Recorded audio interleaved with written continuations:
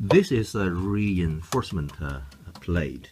To remove it, you have 8 screws.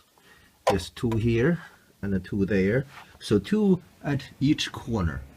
And just notice some are just downward, some with angle, just to the shape of the subframe and the car body. So some there is a little bit of angle.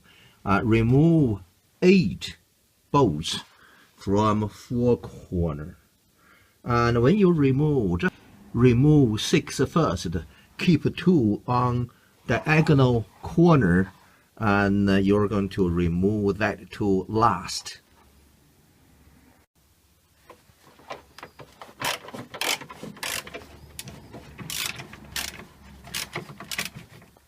So this is the bolt removed. So remove all 6, just leave 2 at diagonal corner.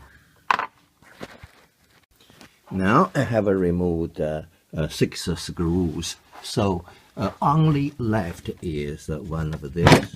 I already nearly removed, but still few thread over there, and also this corner. So 2 corner, 2 screw. So last, when you remove that one, you just hold it a little bit, remove that one, and holding the panel, and remove this one, and then you can drop the panel to the ground. Now we have the panel dropped to the ground. To install it, just a reverse of a removal. I normally took the bolts to 59 Newton meters.